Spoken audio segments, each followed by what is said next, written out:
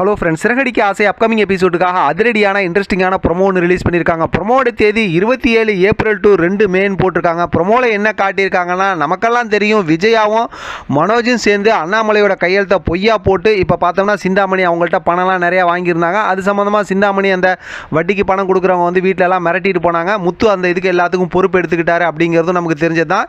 இவங்க போய் அதுக்கு இப்போ சம்மந்தமாக ஒரு 10 லட்ச ரூபா பணம் கொடுத்துட்டு வந்தாங்க அப்படிங்கிறது தெரியும். ஆனால் அதுக்கப்புறம் என்ன நடக்குதுன்னா, அவங்க வந்து அடுத்து ஏதாவது பிரச்சனை பண்ணணுங்கிறத ஆரம்பிச்சாங்கல்ல சிந்தாமணி. அதனால் பார்த்தோம்னா பொய்யான கையெழுத்து மனோஜ் போட்டார்னு சொல்லி போலீஸில் புகார் கொடுத்து இப்போ மனோஜ் வந்து கைது பண்ணி கூட்டிகிட்டு போகிறாங்க. இப்போ அவங்க விஜயா போய் வந்து போலீஸ் ஸ்டேஷனில் அழுது புலம்புறாங்க. இருந்தாலும் மனோஜ் வெளியில் விடல. அது சம்மந்தமாக பார்த்தோம்னா அதிரடியாக மீனா அந்த வேலையில் இறங்குறாங்க. ஏற்கனவே அங்கே தொழிலாளர்களுடைய சங்கத்தில் தலைவியாக வேறு இருக்காங்களா, இப்போ சிந்தாமணி கிட்ட போய் மிரட்டுறாங்க. சிந்தாமணி என்ன மிரட்டுறியா அப்படிங்கும்போது, உன்னால் பாதிக்கப்பட்டவங்களாம் உனக்கு எதிராக கம்ப்ளைண்ட் கொடுத்தா நீ ஜெயிலுக்கு போக வேண்டியது வரும் தெரியுமா அப்படின்னு சொல்லிட்டு இப்போ எல்லாத்துக்கிட்டையும் கம்ப்ளைண்ட்டை வாங்கிட்டு போய் இப்போ சிந்தாமணி கிட்ட என்ன சொல்கிற அப்படிங்கிற மாதிரி கேட்கும்போது, இப்போ சிந்தாமணி வேறு வழி இல்லாமல் அவங்க கொடுத்த கம்ப்ளைண்ட்டை வாபஸ் வாங்குறாங்க. அதே நேரத்தில் மனோஜையும் விடுதலை பண்ணுறாங்க. செம்ம இன்ட்ரெஸ்டிங்கான ஒரு ப்ரோமோ தான்.